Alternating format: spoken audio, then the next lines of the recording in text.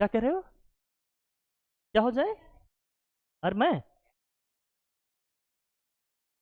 पता, तुम्हें ये इसीलिए तो 3 केस है। आ जाओ बेटा, चलो क्वेश्चन करते हैं। मेन जो क्वेश्चन आता है ना तुम्हारा, किन किन फॉर्मूले पाएगा, मैं फॉर्मूले एक बार आपको बता दूं ताकि आप लोगों को ज़्यादा दिक्कतें ना हो। फिर उसके बाद आप लोग क्वेश्चन करिए, है ना। देखो, एक तो आपने पढ़ा होगा स्पेसिफिक हीट कैपेसिटी वाला फॉर्मूला। वो फॉर्मूला क्या था? क्यू इक्वल टू क्या लिखा था आपने? एम सी और डेल्टा टी लिखा था। जहाँ डेल्टा टी का मतलब यहाँ किससे है? डेल्टा टी का मतलब चेंज इन टेम्परेचर है, टी का मतलब स्पेसिफिक हीट कैपेसिटी है, और क्या है भैया? और एम क्या है? मास है। क्यू क्या है? अमाउंट ऑफ हीट है, एनर्जी है। और आपने क्यू इक्वल टू पढ़ा होगा एम इंटू एल, है ना। लेटेंट हीट का कॉन्सेप्ट पढ़ा था कि नहीं? ये भी पढ़ा होगा। और प्रिंसिपल ऑफ जो हमारा कैलोरीमेट्री था, प्रिंसिपल ऑफ व्हाट? कैलोरीमेट्री। ये क्या कहता है हमारा? हीट लॉस इक्वल टू क्या होगा?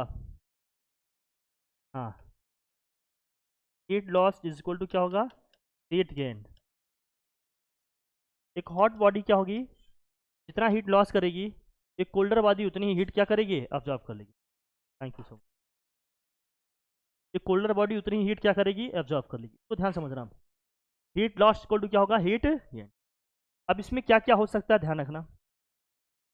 अब ये होगा हमारा m1 T1 delta T1 is equal to क्या होगा? इसके दो फॉर्मेट बनेंगे, प्लस क्या होगा? m2 T2 और डेल्टा T2। अगर फेज चेंज नहीं हो रहा है तो, फेज सेम है तो, लिक्विड है लिक्विड है, गैस गैस था, जो भी था, सॉलिड सॉलिड था तब। लेकिन अगर फेज चेंज होगा तो तब फार्मूला क्या बनेगा हमारा? m1 T1 डेल्टा T1 और इक्वल टू वहाँ क्या बनेगा? m2L प्लस क्या होगा यहाँ पर? m2, और यहाँ क्या हो जाएगा? C2 delta T2। ठीक, ध्यान रखना। अगर फेज चेंज होगा, स्टेट चेंज होगा, लेटेंट हीट का भी कॉन्सेप्ट आएगा। कोई मेल्ट हो रहा होगा, कोई वेपराइज हो रहा होगा, तो ये दोनों लेकर चलेंगे। फेज चेंज नहीं हो रहा होगा, सेम स्टेट होगा, तो हमेशा ये कॉन्सेप्ट लेकर चलेंगे। स्टेट चेंज होगा तो ये लेकर चलेंगे। बस इन्हीं 3-4 फॉर्मेट पे आपको सारा न्यूमेरिकल सॉल्व कर लेना है। इन्हीं 3-4 फॉर्मेट को अच्छे से समझ लेना। इन्हीं 3-4 में क्या है? पूरा इसका सोल्यूशन है। पूरा ही इसका क्या है? सोल्यूशन है इन्हीं 3-4 फॉर्मेट में। इसी 3-4 फॉर्मेट में ही इसका क्या है? पूरा सोल्यूशन है। तो समझना, इसी 3-4 फॉर्मेट में ही इसका पूरा क्या है? सोल्यूशन। आप समझना। अब जो जो इसमें दिया है इसको देखो, समझो जरा। पहले क्या क्या दिया देखो जरा, ठीक है। अब देखो, पहले में दिया है a metal of mass 250 gram is heated to a temperature of 65 degree Celsius. एक मेटल को हीट कर रहे हैं कहाँ तक भैया?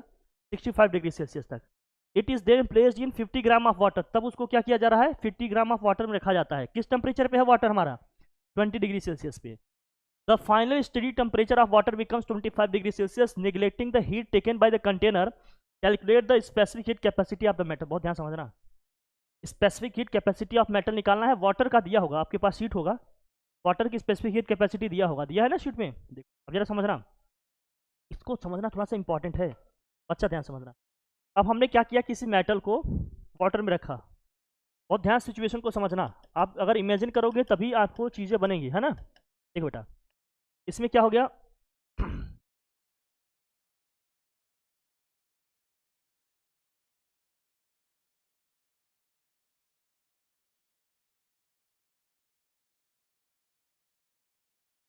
ठीक है, ये मेटल। अब इसमें क्या है? इस मेटल का टेम्परेचर क्या है, समझ रहा। ये हमारा मेटल है, मैं मेटल के लिए लिख रहा हूँ, पहले ध्यान समझ रहा। इसका मास m1 मान लेते हैं। कितना है भैया? 250 ग्राम। और इसका टेम्परेचर कितना है जरा बताना? T1 कितना लिख दूँ? 65 डिग्री से। यही है ना बच्चा? ये रखा गया। इसकी जो स्पेसिफिक हीट कैपेसिटी है उसको हम क्या मान लें? इसकी स्पेसिफिक हीट कैपेसिटी को हम क्या मान लें? CS मान लूँ या CM मान लेता हूँ? मेटल का है ना, तो CM मान लेता हूँ। स्पेसिफिक हीट कैपेसिटी को C से रिप्रेजेंट कर रहे हैं या S से कर रहे हो, मेटल की बात कर रहे हैं तो उसको हमने क्या लिख लिया? CM लिख लिया, कि मेटल की हम बात कर रहे हैं, कोई दिक्कत नहीं। और इस कंटेनर में क्या था हमारा? वाटर था। क्या था भैया? वाटर। अब वाटर के लिए लिख रहा हूँ, ध्यान समझना। वाटर का मास कितना दिया? इसको m2 लिख लेते हैं। कितना दिया है? 50 ग्राम। इसका टेम्परेचर कितना था जरा बताना? 20 ग्राम, 20 डिग्री सेल्सियस। और इसकी स्पेसिफिक हीट कैपेसिटी वाटर का तो पता ही आपको कितना दिया है। वाटर की स्पेसिफिक हीट कैपेसिटी कितनी होती है? 4.5 ये कितना दिया है? 4.186। अरे सीट में लिखा होगा ये तुम्हारे। हाँ,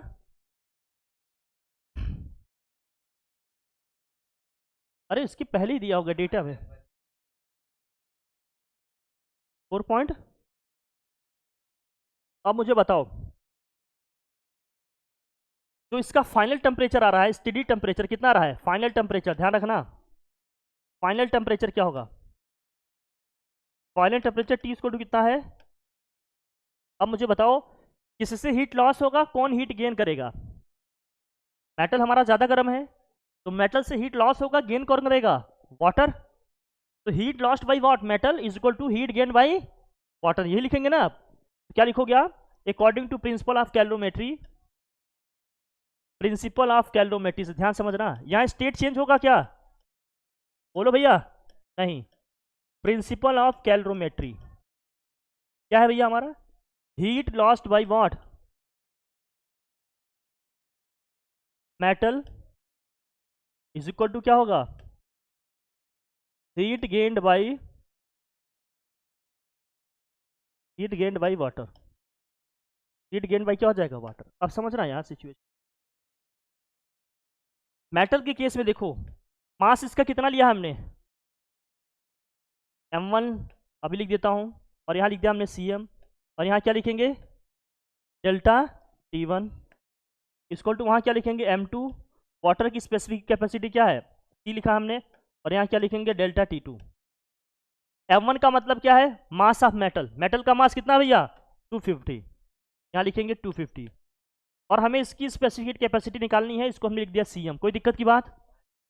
हाँ, यहाँ यहाँ यहाँ क्या करोगे? डेल्टा T1 में क्या होगा? डेल्टा T1 का मतलब T से ही सबका निकालना होता है। 65 है इसका, इसका कितना है? 25। तो ये T1 माइनस क्या करेंगे? T 65 माइनस क्या करेंगे? 25। तो डेल्टा T1 कैसे निकलेगा? 65 माइनस 25 से। 65 माइनस क्या होगा? 25 इज इक्वल टू m2 क्या है? Mass of water. वाटर का मास कितना भैया? 50 है, तो 50 लिख देंगे। Specific heat capacity of water कितना है? 4.18। यही है बच्चा। डेल्टा T2 कैसे निकलेगा? T minus T2, T minus T2, T minus T2, 25 minus 25 minus 20 क्या आएगा जरा बताना। अब कुछ कैंसिल हो रहा हो तो कैंसिल कर लो, अननेसेसरी कैलकुलेशन बढ़ाने से कोई फायदा तो है नहीं। देखो क्या कैंसिल होगा? 250 से ये कितने टाइम्स जाएगा? 5 टाइम्स जाएगा बच्चा, बोलो। अच्छा, और ये 5 से ये 5 पूरा कट जाएगा, यहाँ 5 ही तो आएगा, बोलो भैया। यहाँ जाएगा cm इंटू क्या हो गया? ये 40 इज इक्वल टू कितना हो गया? 4.186। यही है क्या? तो cm इज इक्वल टू कितना हो गया? ये 4.186 इंटू, अच्छा 4.186 इंटू 10 की पावर 3 भी होगा इसके साथ, देखना 4.186 इंटू 10 की पावर 3 होगा। अरे लाओ मैं भी दिखाता हूँ। Specific heat capacity of water, ये तो 1 कैलोरी की वैल्यू है बेटा, तुम कहाँ देख लिए इसको?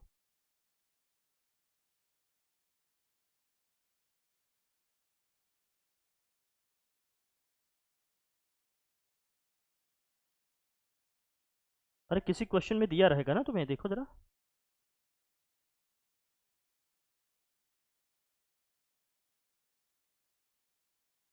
फोर्टी 200 जूल पर केजी है।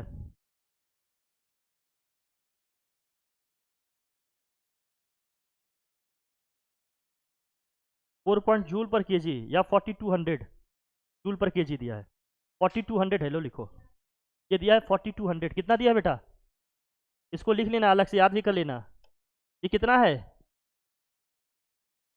Specific heat capacity of water कितना है? मतलब CW लिखो या C लिखो सिंपली। कितना है ये? 4200, 4200 है बच्चा। 4200 जूल पर क्या है? केजी पर क्या है? केल्विन इनवर्स या डिग्री सेल्सियस। 4200 है, क्या लिखेंगे? 4200 लिखेंगे। क्या लिखेंगे? 4200।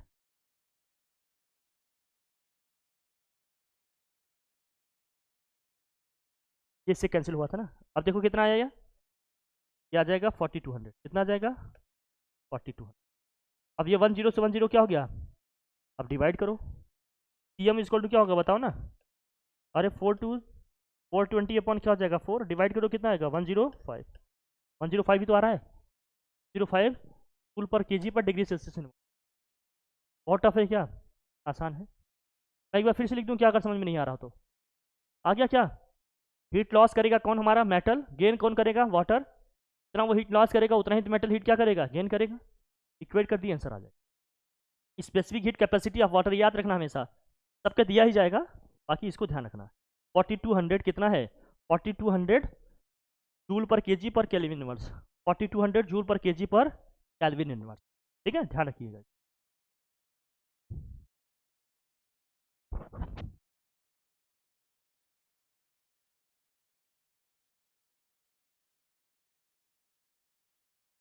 तो 4200 जूल पर केजी पर केल्विन। कोई दिक्कत? मूव करें। अब ये सब क्वेश्चन देखो, अच्छे क्वेश्चन है, हालांकि इस लेवल का आ नहीं रहे हैं, लेकिन फिर भी देखो आप, देखो क्या दिया है। 1 kg of ice eight 0 degree Celsius. बहुत ध्यान समझना। 1 kg ice of degree Celsius. देखो आइस का जो मास और जो भी चीज़ दिया है ध्यान समझना। 1 kg ice eight 0 degree Celsius is being continuously heated through an electric heater of 1 kilowatt. ये पावर दिया, ये क्या है हमारा?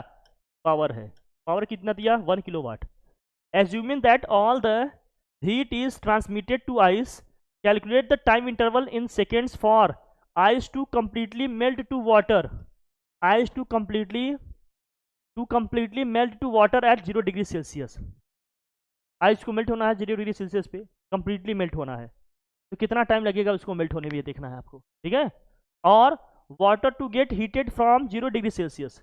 वाटर को हीट होने में कहाँ से भैया? 0 डिग्री सेल्सियस पे हीट होने पे, मतलब यहाँ से हीट होने में। Water at 100 degree Celsius to convert into steam, and water at 100 degree Celsius to convert into what? Heat. अब जो जो दिया है इसमें लिखना। Specific latent heat of ice. Specific latent heat of ice मतलब एल आइस दिया है आपको, कितना दिया है? 336000 दिया है। जूल पर क्या है यहाँ पर? केजी इनवर्स, ये दिया है ना वैल्यू आपको। Specific heat capacity of water मतलब सी डब्ल्यू दिया है आपको, कितना दिया है? 4200 जूल पर कितना दिया है? केजी पर केल्विन इनवर्स। और क्या दिया है? Specific latent heat of steam. Specific latent heat of steam कितना दिया है ये बताओ? 226 कितने जीरो है भैया? 4 जीरो हैं। अच्छा इसमें तो 3 ही जीरो था ना। हाँ, जूल पर क्या है यहाँ पर? केजी पर क्या है? Kelvin inverse. अच्छा अब यहाँ एक चीज़ देखना, थोड़ा ध्यान देना। क्या कुछ चीज़ यहाँ नोटिस करनी है आपको। क्या नोटिस करनी है? समझ, जो हम कहते हैं ना थे कि भाप से आप ज़्यादा जल जाएंगे, सेम टेम्परेचर पे अगर वाटर से भी आप जलें और वाटर से भाप से भी जलें या वाटर से जलें, तो किससे ज़्यादा आपको जलन होगी? भाप से। क्योंकि भाप का देखो ना स्पेसिफिक लेटेंट हीट कितना होता है स्टीम का? 226 क्या होता है? 226 और 40 जूल पर केजी पर क्या होगा? केल्विन। जूल पर केजी पर क्या होगा? केल्विन। ये हो जाएगा जूल पर केजी पर केल्विन है। और specific heat capacity of water कितना है? 4200 जूल पर केजी पर क्या है? केल्विन है। Specific latent heat of ice कितना दिया भैया? 336000 जूल पर क्या दिया है? केजी। अब जो जो आपको निकालना है यहाँ से करो पहले। क्या क्या दिया है जरा देखो, कहाँ से कहाँ तक चीज़ें दी। पावर दिया है आपको, पावर पी कितना दिया है जरा देखना। पावर पी कितना दिया है आपको बताओ? 1 किलोवाट। अगर इसको वाट में चेंज करना हो तो कितना हो जाएगा? 10⁻³ वाट। मतलब यही होता है जूल पर सेकेंड, या 10⁻³ जूल पर क्या हो जाएगा? सेकेंड। देखना। और पावर पी इक्वल टू क्या होता है? W/T। और W किसके बराबर होता है? हीट के बराबर होता है। या हीट का मतलब क्या हो गया? Q/T हो गया। मतलब पावर पी दिया है, Q/T की वैल्यू दिया है कितना? 10⁻³ जूल पर सेकेंड दिया।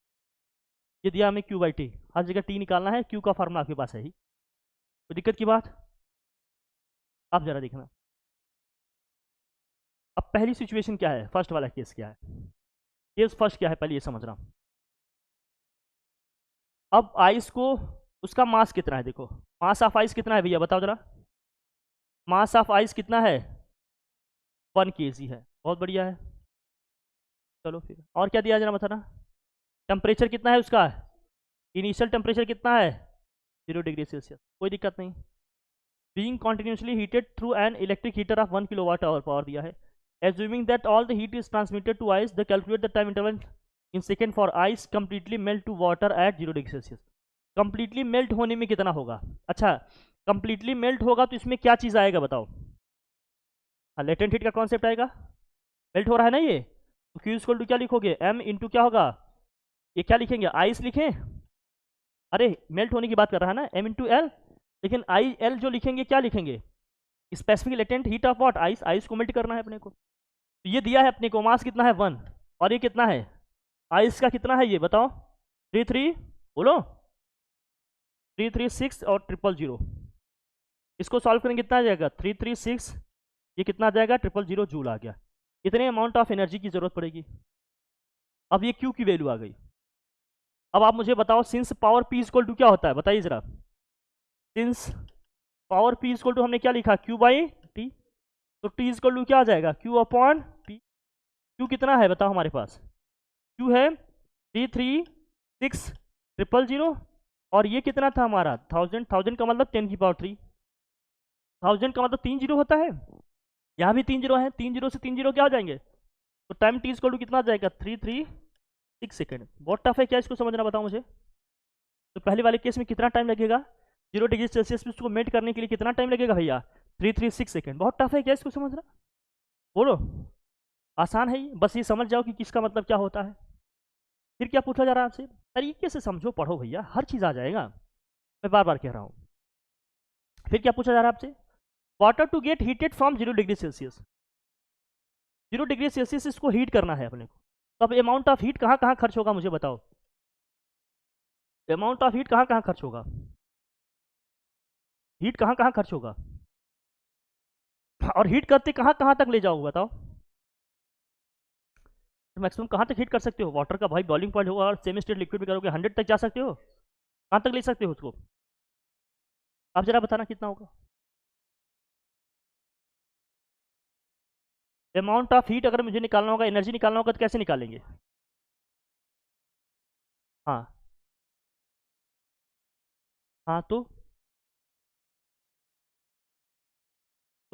अब निकालेंगे इसको किससे? Water to get heated up. हाँ, एम सी, और क्या लिखोगे यहाँ? Delta T. फाइनल टेम्परेचर हम क्या यूज करेंगे? 100। इनिशियल टेम्परेचर हमारा कितना होगा? 0। तो चेंज इन टेम्परेचर कितना आएगा? 100 ही तो आएगा। मास है 1। स्पेसिफिक हीट कैपेसिटी कितनी है जरा बताना? अरे 4200 है। और चेंज इन हीट कितना आएगा? अभी 100 ही तो आएगा बेटा। अरे मैक्सिमम कहाँ तक हीट कर सकते हैं बताओ ना? टी फाइनल कितना होगा भाई? 100 डिग्री सेल्सियस तक, जहाँ तक वाटर है, क्योंकि इसके बाद तो वेपराइज होगा। तो 100 माइनस 0 करोगे कितना आएगा? 100 ही आएगा। अभी कितना आएगा बताओ जरा? अरे 42, कितने जीरो आ गए? 4 जीरो आ गया। इतना जूल हो गया एनर्जी। अब इस प्रोसेस में हमसे टाइम पूछा जा रहा है, तो टाइम टी इक्वल टू हमने क्या लिखा अभी? Since time T equal to क्या पढ़ा आपने? Q upon P. और यहाँ क्यू कितना है?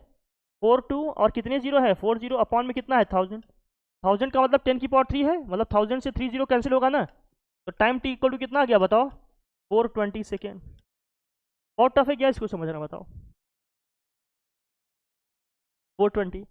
जो थर्ड केस है क्या है? इसको स्टीम में कन्वर्ट करना है। स्टीम में कन्वर्ट करोगे तो फिर से लेटेंट हीट वाला कॉन्सेप्ट लगेगा। स्टीम में कन्वर्ट करना है तो क्या करना पड़ेगा? थर्ड वाले का लिख रहा हूँ, ध्यान समझना। यहाँ से क्यू इक्वल टू क्या निकालोगे? M into L steam. यही लिखोगे ना? एम इंटू क्या होगा? L steam. एम कितना है? 1। बेटा वाटर है ना। हाँ, आइस तो वही वाटर ही तो कन्वर्ट हुआ है इसमें। तो 1 इंटू क्या है? स्टीम का कितना लिखा है जरा बताना? 226, और कितने जीरो हैं? 4 जीरो है। ये क्यू आ गया। अब टाइम टी कैसे निकलेगा बताओ? टाइम टी इक्वल टू क्या पढ़ा आपने? Q upon P. और कितना है? 226, यहाँ है 40। नीचे कितना आएगा? 10 की पावर 3। सॉल्व करोगे इतना आएगा बताओ? 2260 आएगा। इतने सेकंड आएगा क्या? और टफ है क्या? वही तो आ रहा है भाई। स्ट्रीम की जब बात करोगे तब फिर से स्टेट चेंज हो रहा है। जब फिर से स्टेट चेंज होगा तो कौन सा फॉर्मूला लगेगा? Q equal to M into L वाला। लेकिन स्टीम की बात हो रही है तो यहाँ एल स्टीम रखेंगे। एक एक स्टेप करते चले गए, सब आंसर आ गया हमारा। बोलो, इसको समझना बहुत टफ है? बहुत आसान है। आसान नहीं है ये, बहुत ही। हाँ हम आपको क्वेश्चन दिखा रहे हैं कि किस लेवल के क्वेश्चन आ रहे हैं, अब आप समझ जाते हो।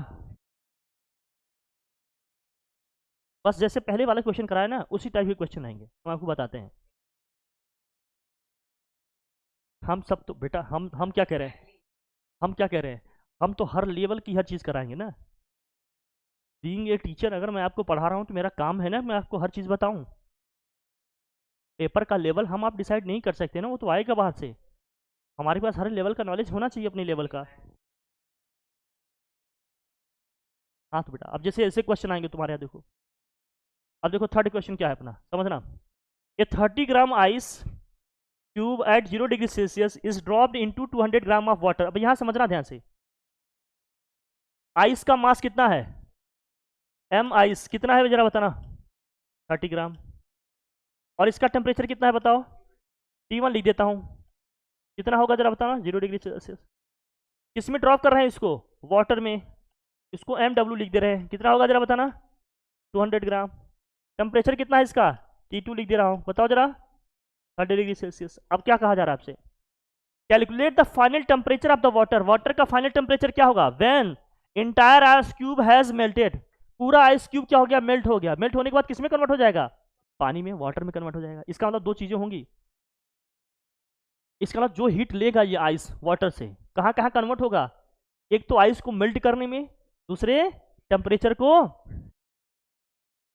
जो मेल्ट होगा उसका टेम्परेचर बढ़ाएगा भी तो, दो जगहों पे यूज हो रहा है। वही सेम फेज चेंज वाला कॉन्सेप्ट लगेगा अब यहाँ, वो ml plus MC into delta T वाला लगेगा, दो जगह हीट जा रही ना इसमें। अब समझना सिचुएशन, फिर यही कह रहा है, given that latent heat of ice this दिया है, specific heat capacity of water दिया है 1 कैलोरी पर ग्राम पर क्या दिया दिस, ये कैलोरी में दिया था, इसको कैलोरी के हिसाब से कर देंगे, कोई बड़ी बात है क्या, नहीं, सब कैलोरी में दिया, सबको कैलोरी में कर लेंगे। यूनिट का बहुत ध्यान रखना। तो प्रिंसिपल ऑफ कैलोरीमेट्री हमारा क्या कहता है, according to principle of calorimetry, लेकिन इसके पहले आप समझो कि इसमें दिया क्या क्या दिया है। अब इसमें क्या क्या है भाई, देखो वाटर है इसमें, वाटर का मास दिया है कि नहीं, हाँ दिया है।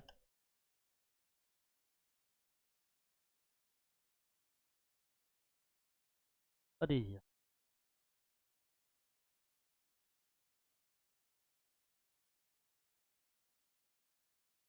हाँ मेरा नेवी ब्लू, हाँ क्या, हाँ से,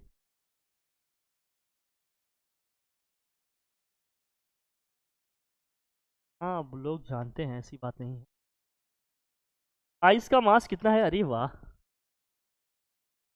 बारी तो की है, ऐसी बात नहीं है। 0 डिग्री सेल्सियस, और क्या क्या दिया है बताओ, specific latent heat of ice कितना दिया है जरा बताना, एल आइस कितना दिया है, 80 कैलोरी पर ग्राम, ठीक है। और ये है वाटर, वाटर की बात करें तो कितना दिया जरा बताना, इसका मास कितना है भैया बताओ, वाटर का मास कितना दिया है, 200 ग्राम। इसका टेम्परेचर कितना है, 30 डिग्री सेल्सियस। और specific heat capacity of water कितना दिया है यहाँ पर देखो, 1 कैलोरी डिग्री सेल्सियस।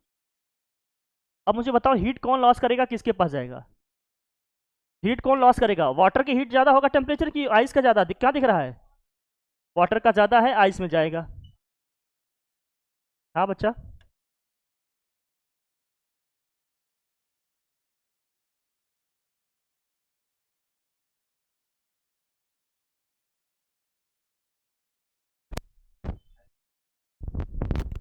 ये तो अंकल जी का होगा ना, ऊपर बात कर ले, वो संजय सिंह का नाम होगा, संजय केसवानी।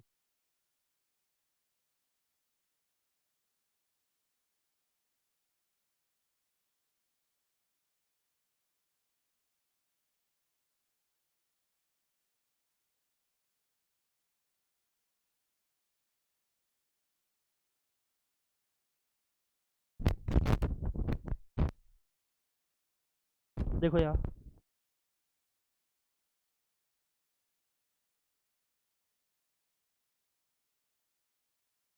अब ये हीट कहाँ कहाँ होगा यूज, आइस को मेल्ट करने में, और टेम्परेचर इसका क्या करने में, इंक्रीज करने में। तो हीट दो जगहों पे यूज होगा भाई। वाटर से जो हीट निकल के जाएगा आइस में, वो दो जगहों में यूज होगा। कहाँ कहाँ यूज होगा? एक तो आइस को मेल्ट करने में, दूसरा किस में? उसके टेम्परेचर को क्या करने में? इंक्रीज करने में। अब बनेगा क्या यहाँ समझना।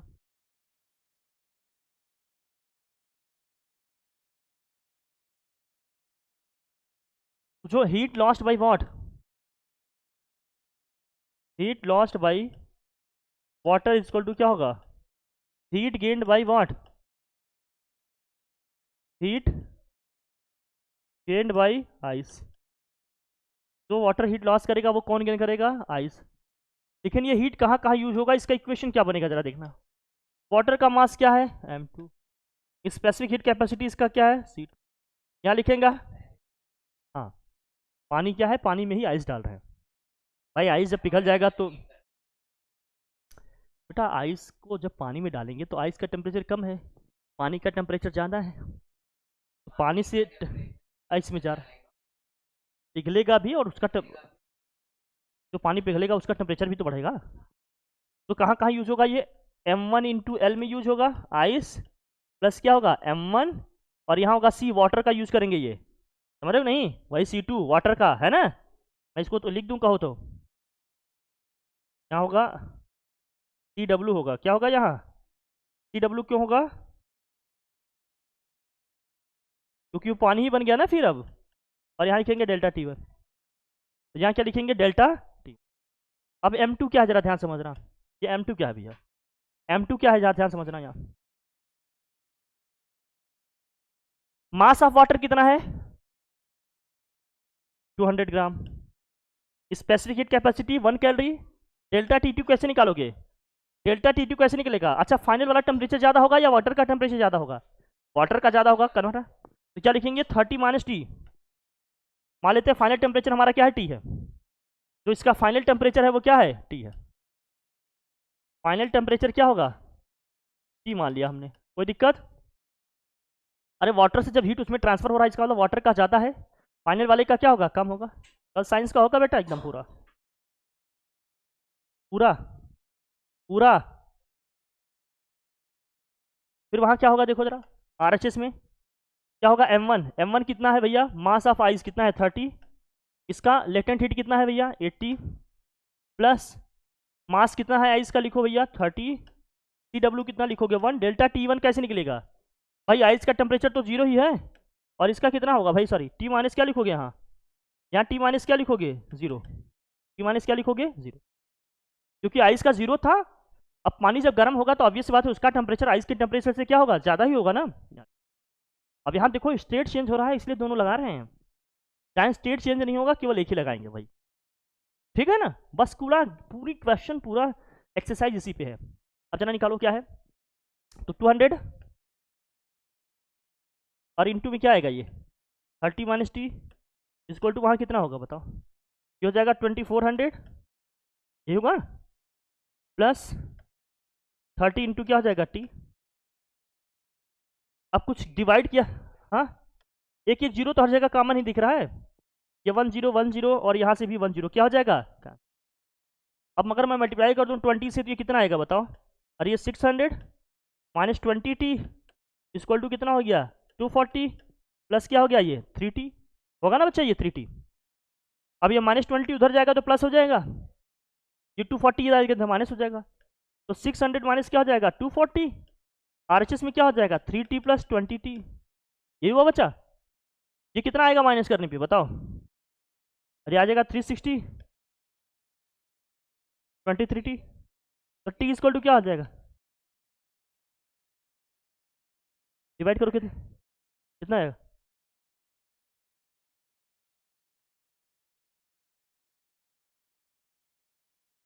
कितना हो जाएगा बताओ? डिवाइड करो इसको, डिवाइड करो।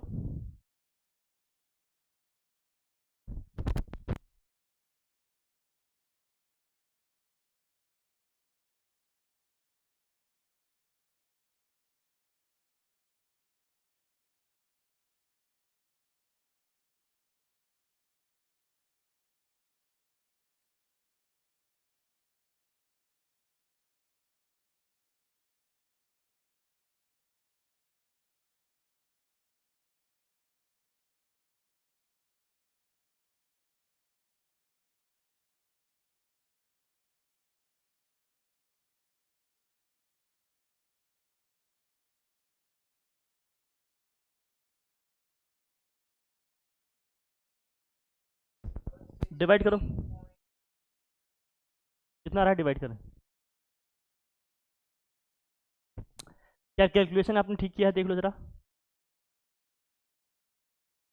हाँ,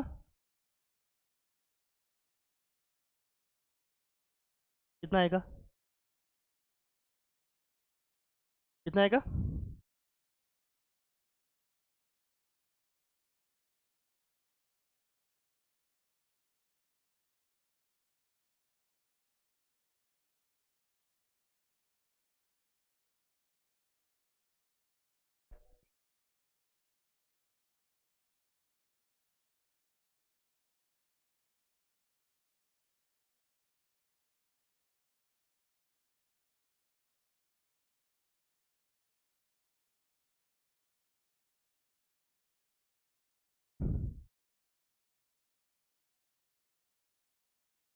कितना आया, डिवाइड।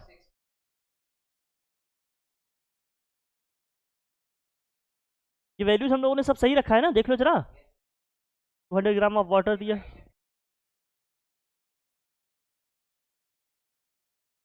क्या है 360,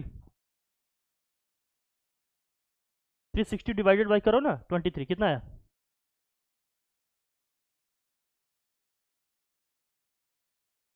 360 डिवाइडेड बाई 15.65, 15 पॉइंट क्या रहा ये, आ गया इतना डिग्री सेल्सियस, कोई दिक्कत की बात? यही आ गया ना आंसर बच्चा, देखो बस तरीके से करते चले जाओ, हर चीज़ आपको मिल जाएगा। बस यही मतलब 15.65। बहुत टफ है क्या इसको समझना? नहीं, बहुत ईजी है बस।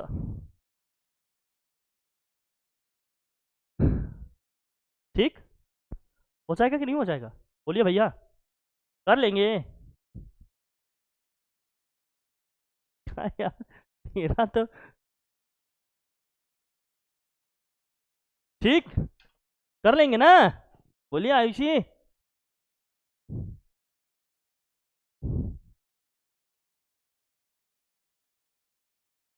ए piece of metal at 10 degree Celsius has a mass of कितना दिया है, 50 gram. When it is emerge in current of steam at 100 degree Celsius, 0.7 gram of steam is condensed on it. Calculate the specific heat of metal given the latent heat of steam is this. बस वही simple simple चीज दिया है। क्या क्या दिया जरा देखना इसमें। मेटल का कितना दिया है भाई temperature, metal at 100 degree Celsius मेरे ख्याल से, क्यों भैया?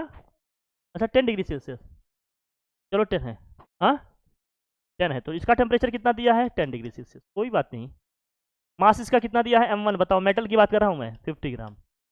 अच्छा ठीक है, इसका हमें क्या निकालना है, मेटल का specific heat capacity of what, metal निकालना है। करंट ऑफ स्टीम, स्टीम में जरा बताना, स्टीम का टेम्परेचर कितना दिया है, T2 लिख लेते हैं 100 डिग्री सेल्सियस। और क्या दिया है इसमें, ठीक है, हाँ कितना हीट उसमें भैया वो हो जा रहा है 0.5, स्टीम इज कंडेंस्ड। इसका मास कितना दिया है 0.7 ग्राम। लेटेंट हीट ऑफ स्टीम कितना दिया है, कितना दिया भैया 540 कैलोरी ग्राम इनवर्स दिया है, कोई दिक्कत नहीं है। अब बताओ किससे हीट किस में जाएगा, स्टीम से किस में जाएगा, किससे जाएगा भैया, स्टीम से कहाँ जाएगा, मेटल में।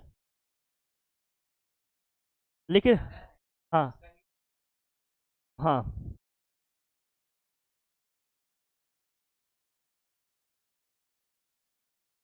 अब ये देखो कि स्टेट चेंज हो रहा है कि नहीं, बस उसका कहानी फिर उसी में। बस बस स्टीम वाले में जो एनर्जी हीट लगेगी आपका, इसमें क्या होगा, स्टेट चेंज हो रहा है ना, स्टेट हो रहा है तो क्या करोगे यहाँ पर, Q इक्वल टू क्या लिखोगे, M × L लिखोगे। यहाँ मेटल वाले में क्या, जो वाटर यहाँ पर जो भाई होगा, इसमें क्या होगा M1, और इसका क्या होगा CW इंटू क्या होगा डेल्टा T1, जो भी होगा चेंज इन टेम्परेचर निकालना होगा। अरे इसके किस में स्टेट चेंज हो रहा है क्या, टेम्परेचर ही इसका बढ़ेगा ना, वाटर ही एज पर इसको, तो ये जो हीट दे रहा है वही क्या करेगा ये, तो दोनों को इक्वेट कर दो, दोनों को क्या कर दो, इक्वेट कर दो। कुछ है ही नहीं, तुम लोग परेशान हो एकदम, नहीं समझे क्या? है कि नहीं? अरे जो हीट ये देगा वही तो लेगा। अब यहाँ देखो हीट केवल किस चीज में यूज होगा, एक ही चीज में, इसका टेम्परेचर बढ़ाएगा, इसमें वाटर क्या हो रहा है भाई, डिपॉजिट हो रहा है, मतलब वो कंडेंस हो रहा है, बस। बस। तो क्यू स्टीम इक्वल टू क्या हो जाएगा, बस बस इतना ही समझना।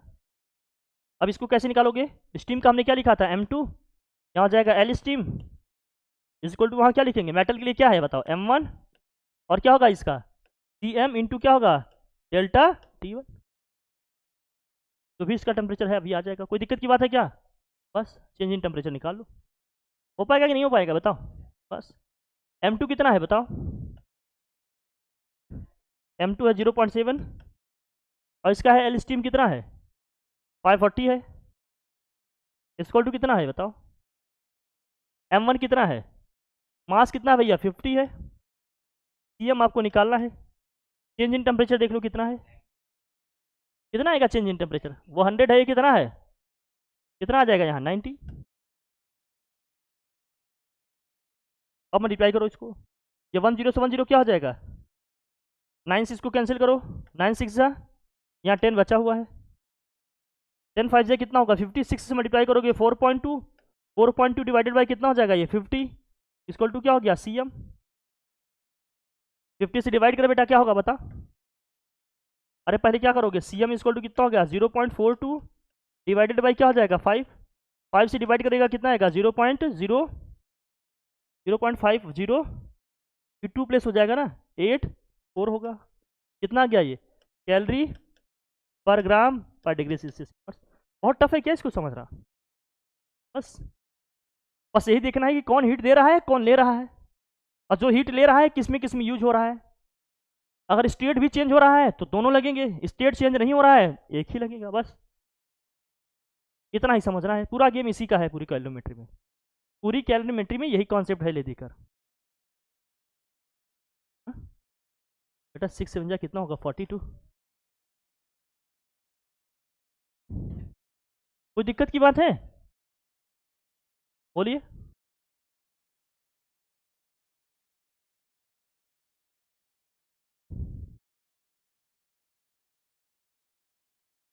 बोलो दिक्कत की बात है, पक्का हटाओ इसको। नेक्स्ट देखो इसमें क्या है, 10 degree of ice absorb to melt and change in to water. अब देखो मेल्ट हो रहा है मतलब दोनों लगेगा, समझ रहे हो नहीं, आइस को जो हीट दे रहे हैं आइस, अब जब ये मेल्ट होगा तो क्या करेगा भैया, हीट को कहाँ कहाँ यूज करेगा, लेटेंट हीट में और कहाँ, हाँ लेटेंट हीट और टेम्परेचर को इंक्रीज करने में। और क्या होगा हीट क्या होगा, जो टेम्परेचर होगा उसका बढ़ेगा। कुल मिलाकर इतनी कहानी है, दोनों लगेंगे बस। नहीं देखो कौन किसको दे रहा है ये भी देखो, हीट कहाँ किसको मिल रहा है। 10 ग्राम ऑफ आइस, आइस के लिए देखो क्या क्या लिखा है, आइस का मास कितना दिया है M1 10 ग्राम, टेम्परेचर क्या है भैया आइस का देखो भैया T1 कितना है 0 डिग्री सेल्सियस, कितना हीट एब्जॉर्ब कर रहा है वो, हाँ 5460, यही तो समझना है बेटा। To melt and change into water, water में जब चेंज हुआ तो भैया जरा बताना इसका टेम्परेचर कितना है। अच्छा बताओ अगर आइस हमारा मेल्ट होकर वाटर में कन्वर्ट हो गया तो वाटर का भी मास क्या होगा, जो आइस का मास था वो कितना है, ये आइस का मास कितना था 10 ग्राम, तो वाटर का भी मास कितना आएगा 10 ग्राम आएगा। कह रहा है specific calculate the specific latent heat of fusion of ice given specific heat capacity of water, this दिया है specific heat capacity of water कितना दिया है 4200 जूल पर, क्या दिया है इसमें केजी और डिग्री सेल्सियस इनवर्स। अब इसका स्पेसिफिक लेटेंट हीट आप क्या निकालना है, फ्यूजन निकालना है।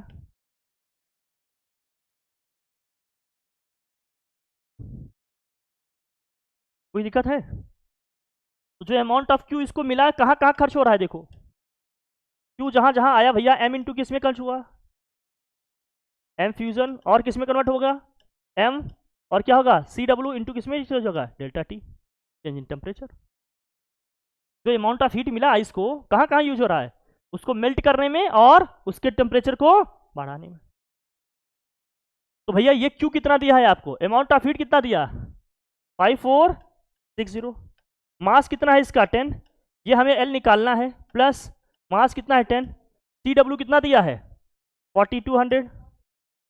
चेंज इन टेम्परेचर कितना है 0 से 50 हुआ, कितना आएगा भैया 50। टेम्परेचर चेंज कितना आएगा भैया 0 से 50 हुआ तो 50 माइनस 0 करोगे 50 ही तो आएगा। अब करो, ये कितना हो गया 5460, इसको मल्टीप्लाई करोगे कितना आएगा -21, कितना 0 होगा।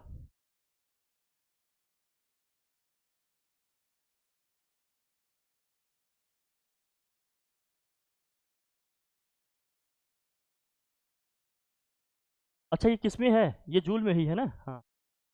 अच्छा ये ग्राम में है यार, ग्राम को केजी में कन्वर्ट कर देना, किससे मल्टीप्लाई करोगे। अरे यार थोड़ा सा ध्यान रखना, ग्राम को केजी में कन्वर्ट करना, क्योंकि सब एमकेएस में दिया है ना ये लिखना कितना हो जाएगा 5460, ग्राम को केजी में कन्वर्ट करोगे 10 इंटू 10 की पावर -3 इंटू क्या हो जाएगा एल, इसको भी लिखोगे 10 इंटू 10 की पावर -3। CW कितना दिया है 4200 इंटू चेंज इन टेम्परेचर कितना हो गया 50, ग्राम में दिया है ना, बाकी सब क्या है एमकेएस में है, इसको चेंज करेंगे तो क्या आएगा यहाँ से, क्या आएगा 5460, 10 की पावर यहाँ क्या आएगा -2 एल प्लस 4200 इंटू क्या हो जाएगा 50। अब जरा इसको कीजिएगा 5460, ये देखो 10 की पावर -2 से इसका 20 हटा दे, मल्टीप्लाई करेगा माइनस में कितना आएगा, ये हो जाएगा 2100 है ना भाई, इक्वल टू 10 की पावर -2 इंटू क्या हो जाएगा एल, इसको माइनस करोगे इसमें कितना आएगा भाई, क्या जाएगा 60, क्या जाएगा 3, यहाँ भी आएगा 3, 10 की पावर -2 का मतलब क्या हो गया 1/10 की पावर 2, एल निकालना है, क्रॉस मल्टीप्लाई करो, 100 से क्रॉस मल्टीप्लाई कर दोगे 2 0 और बढ़ जाएगा ना, बोलो भैया, तो 336000 आ जाएगा, आ गया एल हमारा यही 336000। बस एमकेएस में सबको कन्वर्ट कर दो, आसानी से हो जाए। और टफ है क्या, नहीं, बस यही देखना है कि कहाँ से हीट निकल रहा है, कहाँ को जा रहा है, कौन ले रहा है कौन, बस ले देकर वही 2-3 फार्मूले बार बार यूज हो रहे हैं कि नहीं, बस अंडरस्टैंडिंग बना लो कि कहाँ पर हीट जा रहा है, कौन दे रहा है कौन ले रहा है। बहुत टफ है क्या इसको समझना, नहीं इजी लग रहा है, इतना हाइप क्रिएट कर देते तो कुछ भी टफ नहीं है, पूरी स्टडी की बात कर रहा हूँ, बस समझने की बात है, दिमाग को सोचने समझने में लगाइए, बस हर चीज़ अपने आप लग जाएगा। और टफ है नहीं, ठीक है फिर, और कुछ बताने जैसा रह गया पक्का, और कुछ रह गया जो लग रहा हो तो बाद में बता दूंगा, जैसा होगा आप लोग मुझे बता देना, फिलहाल तो कल दो पहले। क्या, क्योंकि उस टाइम सीरियस नहीं थे बेटा, उस टाइम दूसरी दुनिया में रहते हो, हाँ इसलिए कहता हूँ स्टार्टिंग से एजुकेशन के साथ अपनी स्टडी के साथ मजाक नहीं करो, लेकिन जब हमेशा हर चीज़ को हम लाइटली लेकर चलेंगे तो प्रॉब्लम तो होगी ही ना। फिलहाल ठीक है, पढ़ो लिखो रिवीजन प्रैक्टिस करो, दैट्स ऑल, और से ज़्यादा कुछ नहीं। ठीक है भैया, thank you for thank you.